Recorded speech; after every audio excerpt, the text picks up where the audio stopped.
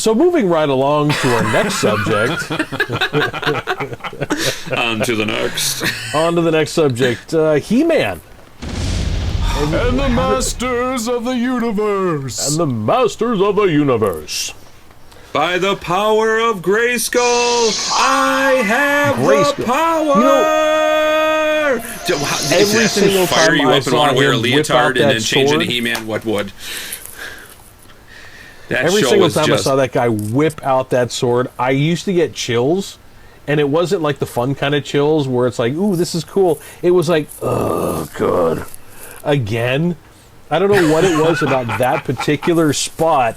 It was like, okay, so the power of Grayskull. Yeah, where's Grayskull? Grayskull's nowhere near the palace that he was actually in. It was like in some far off corner that he found when he was like, tootling around on the planet. And he found it just by accident. Well, Grayskull's power was in his sword, which basically means, like, if you were in Grayskull and you wanted to, microwave some popcorn, you're out of luck, man. You go turn on the light, nothing's working. Like, dude, E-Man, Little switch. get your sword over here, man. Get over here. It's We dark need in you. here.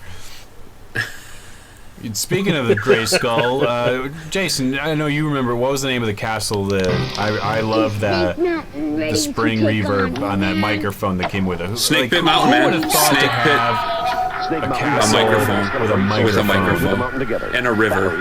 Like, that was just... Skeletor... I'm telling you what, Skeletor knew what he was doing, man. He's like, I gotta get my annoying voice over this whole land. Put a microphone on my toy set, please, because it's gonna capture everything around. I mean, again, another great series that used toys as part of their marketing. I mean, to go along with what those they had. and those action figures again.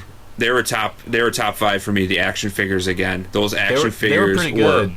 They were big. They were much bigger. They were in bigger. Scale. See, that's the thing. They were they were different because they were bigger, very, very detailed, and it didn't have like 50 different characters. You had I don't even like 8. I think there was probably like 5 or 6 on each side. Yeah, there wasn't. Maybe. I mean, They were durable. You couldn't. and they're Yes, if very you much. know, if you were one of the throw it on the ground, like they wouldn't explode. they wouldn't like break. They wouldn't like G.I. the Joe others. at you. You know, Yeah, they were masters of the universe. They were masters of staying in one piece. Yeah, I mean, basically the whole show is Skeletor. We don't even know what Skeletor is really doing. He's just being annoying the whole show. But they look cool. They're all he's a bad guy. They're all super muscular. It was like almost like Conan the Barbarian, but then they made it like He-Man and then Skeletor, just like just the way that they actually looked. I don't even know what time period that actually took place during. It just future space, some weird planet out in the middle of nowhere where muscles apparently grow to 4 times the size of your head. Yeah, I mean, no one was drinking protein shakes or lifting weights. Oh, or I think anything. they were That's just- injecting protein shakes. It was like, oh no, it was straight roids, man, straight roids right in there. That's what it was. Good. Everybody. I mean, Man at Arms was really the only weak guy who you were like, I was like, oh man, no, I could his take Man. daughter. cool. Well, even his daughter was cool. kind of His- like his helmet was muscular. was really cool.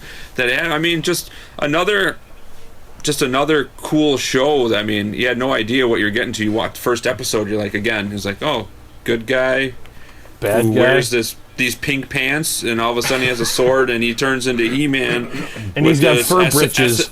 S&M outfit that you don't know about, and all of a sudden you're like, all right, he's got a sword, and he turned into this awesome guy. Now he's going to take on Skeletor. It's like, all right. britches? Britches. Him and those furry britches were awesome. What was this? What was the tiger's name again? I totally am blanking. I can't remember. Tigra. Wasn't it? No, it wasn't Tigra. It's something else. No, Tigra was from the other one we were just talking about. Yeah, you're right. But like, even that is like a normal, and then all of a sudden that turns in. He's got this badass tiger that's with him that he's riding like he's a got horse. a mount. It's like woohoo.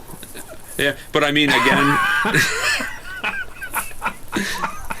But again, the bad guy characters are the best. I just remember I had Cyclops, I believe the character's name on. It was awesome because He's just a weird looking guy, and I would always have him battling. I always had him beating He-Man for some reason because one eye. Come on, that's awesome. That is just taking awesome. out He-Man. I mean, it was they hit it. They just went along with the toy. They ran along with the toys again and just hooked people in and got it going. So I mean, just another great show. I think Absolutely. we'll move on from He-Man. What? The movie. One more. The movie.